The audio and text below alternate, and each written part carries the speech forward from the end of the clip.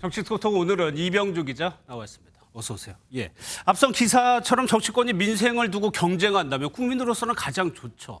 가능성 어떻습니까? 네, 말씀하신 대로 여야 모두 민생을 강조하고 있습니다. 특히 국민의힘은 이재명 대표 복귀에 맞춰서 민생을 위해 협치를 요청하기도 했는데요.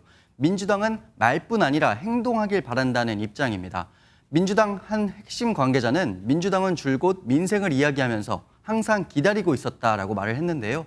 지금이라도 민생 챙기는 좋은 방안과 삭감된 민생 예산에 대한 전향적인 안을 요청한다고 밝혔습니다. 예. 그런데 민주당은 오늘도 대여 공세를 이어갔습니다. 네, 잘못한 것을 지적하고 시정을 요구하는 건 예. 야당이 당연히 해야 할 일이다. 민생과는 상관이 없다. 이런 설명입니다. 예. 오늘도 김승희 전 대통령 비서실 의전비서관 자녀의 학폭 의혹에 대해서 공세를 이어갔습니다.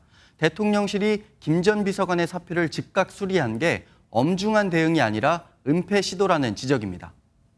사표 수리로 공직기강 비서관실의 감찰을 중단시킨 건 권력형 학폭 은폐 의혹에 대한 진상규명을 막으려는 것은 아닌지. 또 검찰과 감사원 등 사정기관을 향한 비판은 물론 양평고속도로 노선 변경 의혹이나 홍범도 장군 흉상 철거에 대해서도 지속적으로 문제를 제기하고 있습니다. 예. 협치는 조금 더 지켜봐야 될 것 같아요. 여당 얘기해 보겠습니다. 김기현 체제 2기라고 표현을 했는데 그 쇄신의 단초는 혁신이란 말이에요. 그런데 위원장은 언제 임명하는 거예요? 네, 오늘도 발표를 안 할 것 같습니다. 이로써 내일 혁신위원회를 출범하겠다는 당초 계획은 사실상 물 건너간 것으로 보입니다. 외부에서 찾으려던 혁신위원장 후보들이 모두 고사하면서 사실상 원점에서 검토 중인 것으로 알려졌는데요. 당의 한 핵심 관계자는 월요일 위원장 발표가 목표지만 경우에 따라 미뤄질 가능성이 있다라고 귀띔을 했습니다. 비공개 회의에서 윤재옥 원내대표가 시간이 걸리더라도 제대로 임명해야 한다면서 서두르지 말자는 의견을 낸 것으로도 알려졌습니다. 예. 그럼 위원장 후보군 중에 뭐 쓴소리 할 수 있는 인물도 있을 테고 안정형 인물이 있을 텐데 지금 어떤 상황이에요? 현재로서는 당과 대통령실을 향해서도 쓴소리를 해온 하태경 의원 그리고 또 윤희숙 전 의원 등이 거론되는데요. 외부 인사들의 거절로 일단 당내 인선 가닥이 잡힌 건 맞아 보입니다.